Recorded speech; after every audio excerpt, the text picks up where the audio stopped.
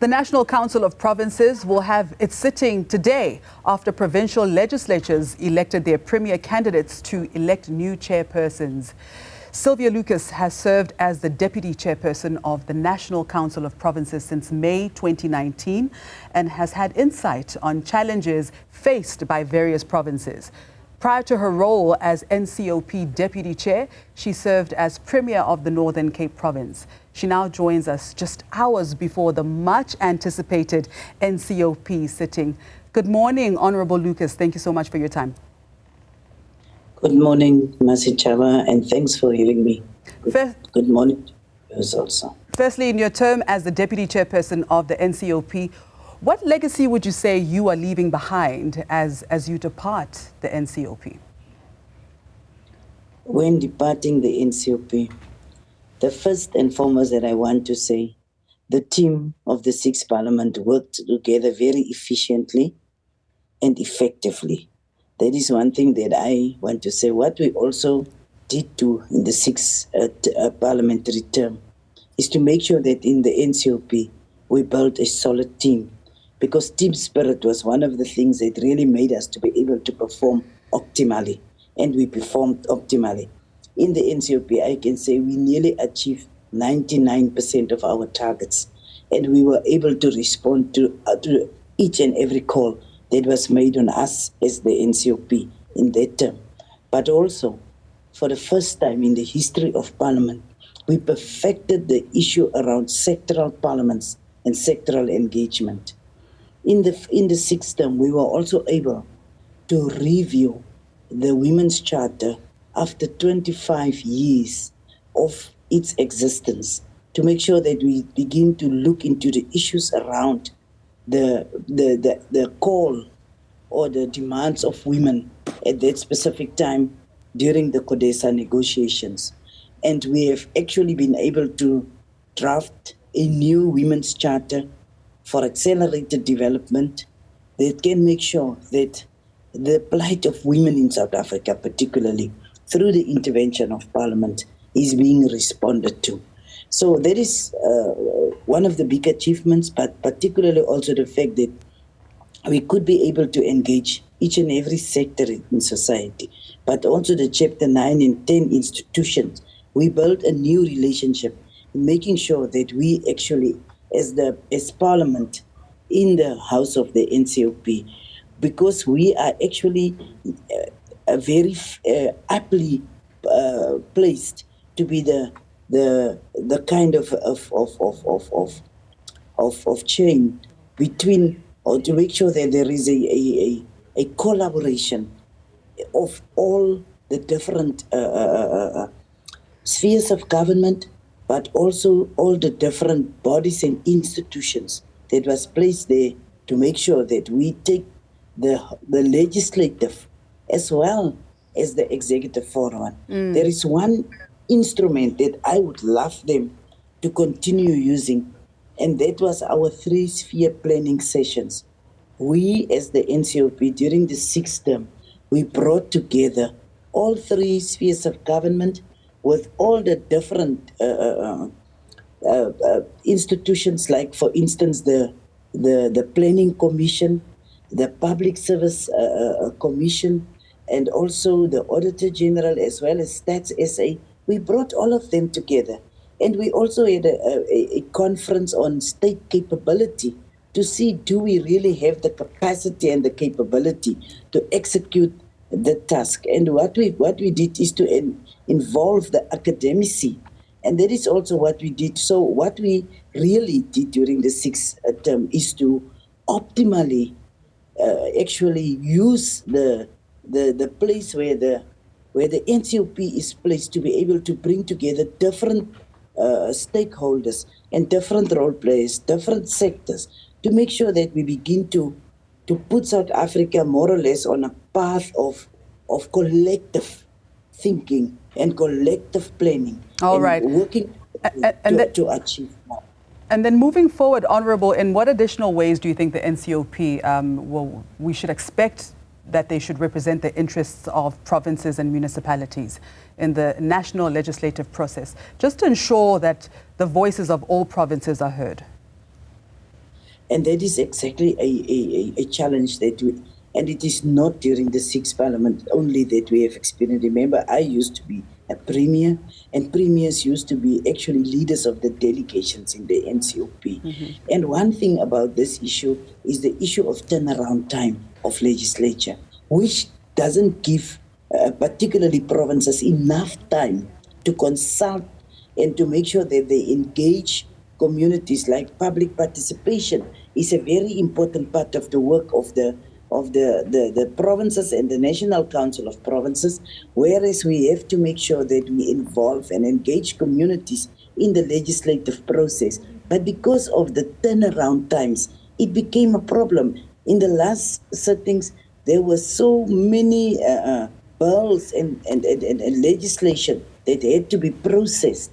But some of the provinces just couldn't make it to get a what we call a mandate, to make sure that they have the mandate from the legislatures to be able to participate in the discussions and also to ensure that we can vote for or against, but with the input from the legislatures, but also with the input of the public in Section 76 legislation that actually is about provinces. So that is something that we can really, we would actually recommend to improve. And also the National Assembly, that they shouldn't wait for a last minute to send legislation to the National Council of Provinces and still expect us to do a proper job. That is one of the issues that have been outstanding for many years, and we really would love them to make sure that they utilize the NCOP more properly, to make sure that the input of provinces are more heard in the legislative process. There is a challenge, and that is something that we would recommend the new council to make sure to give attention to. The problem is that in many instances, the role of the NCOP is not taken seriously enough. And the NCO, and without the NCOP, and unfortunately, that is how the legislative process is being developed. Without the NCOP, it's very difficult to make sure that... Honourable, why do you think that is? Why do you think that the role of the NCOP is not taken seriously enough? The role of the NCOP has not been taken seriously up until we came to a point where we showed them the seriousness and also the importance of the National Council of Provinces. But I think the reason why is because of a lack of education. And what we have done during the sixth parliamentary term is to make sure that we did an extensive consultation. And in the process, we actually succeeded in putting the NCOP squarely on the map, and also to make people realize what the role of the NCOP is. It's not only there to rubber stamp what the National Assembly is working on, but it is there to make sure that there is a real input from the grassroots level. And we did it with different programs, and we have been able to make sure that there is really that link that should be there between the three spheres of government. Yeah. Because in the end, the NCOP is the only house where you find that organized local government is also represented within that house. So, and the fact that SALGA is also representing organized local government in the National Council of Provinces. Now, Honourable, now that we've touched on the key priority areas, especially in light of addressing the country's challenges, now let's talk about corruption. How can the NCOP address the issue of corruption and promote good governance in all spheres of government? What we actually introduced during the sixth parliamentary term is the issue of ministerial briefings. And because before we didn't really have a platform besides the committees to keep ministers and the executive accountable to the extent that we would love to keep them accountable. And then we started to particularly during just before the issues of COVID became very serious, and when we had a serious issue, particularly around the water and the energy crisis that started, I think just before 2020, when we entered 2020. So we started to develop a what we call the ministerial briefing, where we call the minister and the premiers and or MECs of all 9 provinces together to account on a certain issue. For instance, economic development, how far they went and what is the challenges, and also when there is a specific issue, like for instance the water crisis, I mentioned it, even the issue of mineral. There was this issue of the bill, the new mining legislation that came out, the mineral bill, and we also called the minister as well as the executive authorities of different provinces. We called them to account on issues. So issues of corruption, we could actually call a minister directly, not only having a debate, because you will debate, the minister will respond, and it will be more or less the end of the story, unless there is ministerial, what they call, I just forgot the term that we use, but where there is actually commitments. And then we could follow up on that specific commitments, and we could follow up on a specific issue, for instance, where there was an allegation of corruption that took place, and we could call that specific minister together with the MECs or the premiers from that specific provinces, and we could actually get first-hand information. And where we couldn't get, we even involved the NPA, and we even involved the judiciary, and even involved the justice cluster. We brought them together. And we said, this is the issues out. And if I hope really what we have developed in the 6th term of Parliament, I hope that the NCOP will take it forward, because in actual fact, we got more out of the kind of programs that we have developed during the 6th term of Parliament, to make sure that we get we do more oversight, and we get more accountability from our executive. All right. Honourable, just before we let you go, and very briefly, I'd like to know what your thoughts are on the newly elected Speaker, as well as her deputy, as well as the re-election of our State President. Let me start with the Speaker as well as the Deputy Speaker. The Speaker is maybe for me one of the most experienced cadres that I have worked with in a very long time. And also when I started at the NCOP, she was the person that I said, you know what, it's my first time that I am really properly in the legislature, and particularly as a presiding officer. And she said to me, you should be able to do as much as you can.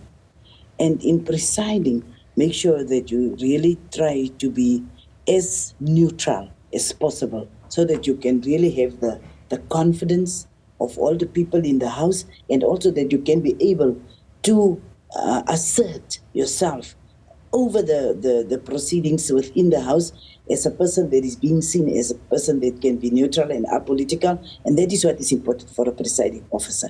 So I really, I'm one of the people that is a fan of Comrade Toko Didiza, because of how she carries herself, and I know that she will be someone that will be able to lead this Parliament, particularly maneuvering in the current circumstances where we are now going back to a government of national unity, and a presiding officer should really have the respect of everyone in the House. Otherwise, it becomes very, very difficult to be able to keep the order within the House.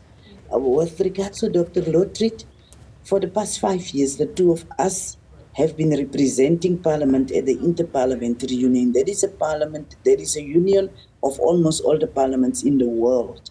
And she has been one person that wherever we went, she could really carry herself as a South African, apolitical and not partisan.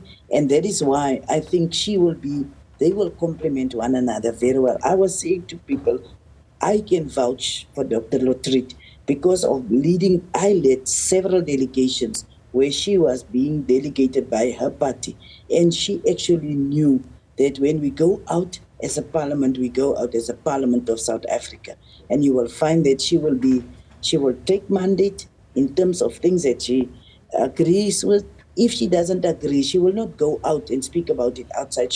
In our engagement, she will say, this is not okay. This is not the line that my party would take, but this is for South Africa. So, and she actually represented us on the Sustainable Development and Health committees as the South African Parliament, and she did extremely well in making sure that our position forward. And Honourable, that is why. Honourable, very briefly also on your thoughts on the re-election of our state president, Cyril Ramaphosa. I think the president have really committed himself to renewal and to address corruption.